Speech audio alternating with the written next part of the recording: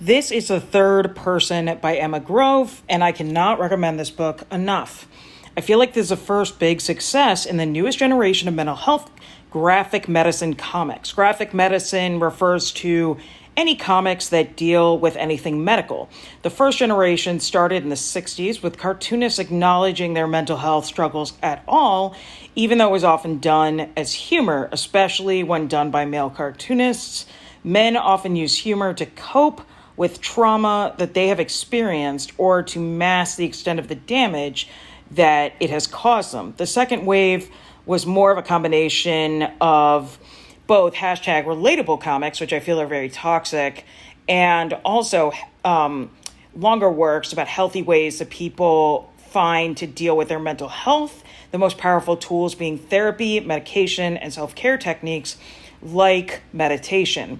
The newest and incredibly important wave of mental health comics show how medical professionals and healthcare systems have failed their patients. It's more of a nuanced approach.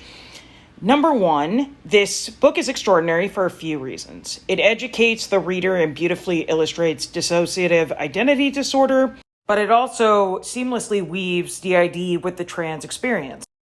It also shows how a terrible therapist can inflict so much damage on a patient, but also gives that terrible therapist a bit of grace.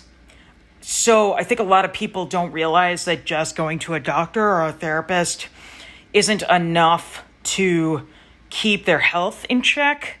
I think that they need the right therapist and the right doctor, which can take a bit of doctor shopping. Anyway, this therapist is desperately trying to get the author to see another doctor because he is out of his depth and is worried about hurting the author. He ends up hurting her and realizes some, but not all of the bullshit he puts her through and feels remorse. It also shows how healing good medical care can be when you see the right doctor. The second therapist in this book really helps the author, and I think that's very important.